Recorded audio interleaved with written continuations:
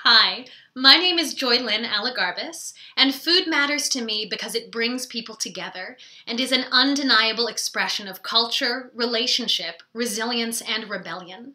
I've traveled all over the world for my work with a program of the United Nations Population Fund, and as a woman coming from the United States to visit developing countries throughout Africa, Asia, and Europe, I've been placed in very unique situations. Situations in which I can see firsthand how the diseases of affluence that afflict Americans, such as obesity, cardiovascular disease, diabetes, and high blood pressure, largely resulting from overnutrition, are just a plain right away juxtaposed by diseases of poverty, like intestinal parasites, cholera, and malnutrition. I have seen how food can bring a renewed energy and spirit to a community or a conversation, and in every country, gathering over a meal is one of the best ways to view cultural roles and learn about tradition and the current political climate as it is reflected in the food. Food is often born from necessity, and people all over the world have created dishes using the limited ingredients available to them. In this way, food can even be a factor that delineates class and socioeconomic status. When I was younger, my mother would always tell me stories about how poor people living in the Philippines carried a special dish called adobo with them when they had to walk for long distances because the food wouldn't spoil. The recipe for adobo was developed because of the hot climate in the Philippines and a lack of refrigeration. The vinegar, soy sauce, salt, and spices helped to preserve the meat by creating an unwelcoming environment for bacteria. Food also influences and is influenced by the ways in which we interact with each other. During my time in Ethiopia, which claims to be the birthplace of coffee, I had the privilege of participating in a traditional coffee ceremony in which the pouring of the coffee symbolically unites all generations, and the final round of coffee is said to hold a special blessing for those who drink it. Food helps us to mark celebrations, whether it be eating a slice of wedding cake on your first anniversary or chicken wings and beer on Super Bowl Sunday.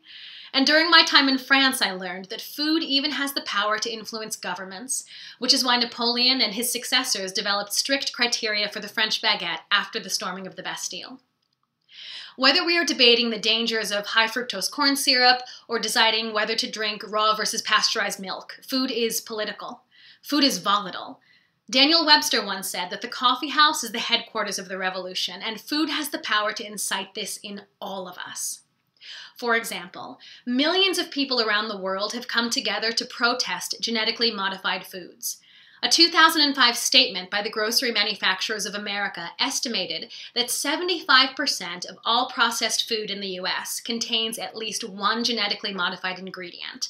And while there have been no direct studies on the relationship between allergies and genetically modified crops, it is significant to note the meteoric rise in food allergies since the 1990s, when GMOs became mainstream in processed and fast foods. Peanut allergies alone doubled from 1999 to 2002, with a reported 1 in 50 children in the United States affected.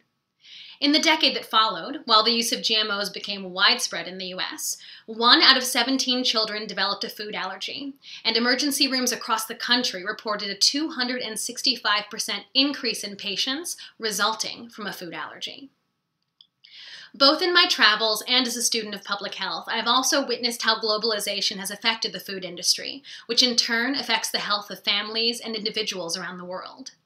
Just as an example, globalization has provided conglomerate infant formula companies with access to mothers in developing nations, sponsoring hospital maternity wards in historically marginalized and underserved settings. Through initial marketing strategies in the 1970s, new mothers were provided with formula samples, but no education on the importance of breastfeeding. Worse yet, these companies also hired so-called milk nurses, who donned uniforms and visited communities to offer information that implied formula was a superior option to breastfeeding. The unnecessary use of breast milk substitutes is detrimental to child health because breastfeeding passes essential nutrients and disease-fighting antibodies from mother to child.